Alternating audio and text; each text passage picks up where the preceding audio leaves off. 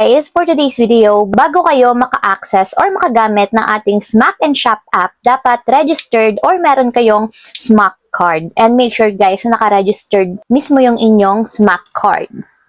So once guys na naka-register na yung inyong Smack card, make sure na connected din siya dito sa inyong Smack and Shop. So yung Smack and Shop guys is pwede nyo i-download sa Google Play Store. So after nyo ma-download, magsa-sign in lang kayo or magla-login and ilalagay nyo lang yung card number ng inyong Smack and then yung phone number na ginamit niyo para ma-register yung inyong Smack card. So open na natin guys yung aking Smack and Shop.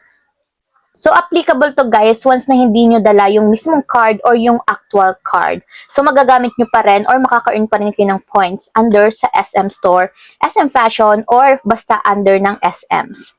So, ganito guys, kung makikita nyo itong ating homepage is meron ditong QR. So, Smack, tatap nyo lang to.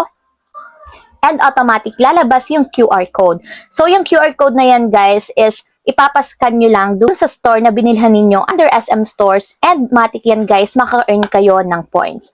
So, pwede nyo din man guys gamitin is barcode. So, scan din nila yan. So, ayan guys, dalawa yung pwede nyo ditong pagpilian, QR code or barcode. So, maalin dyan guys, i-scan lang yan ng store na pinagbilhan ninyo ng mga items under SM and magkakaroon na kayo or makaka-earn na kayo ng points. So, kahit hindi nyo guys dala yung inyong Smack card or Prestige card, pwede nyo pa rin siyang magamit. So, ayun lang guys, ganun lang kasimple kung paano nga ba gamitin ang Smack and Shop app para maka-earn ng mga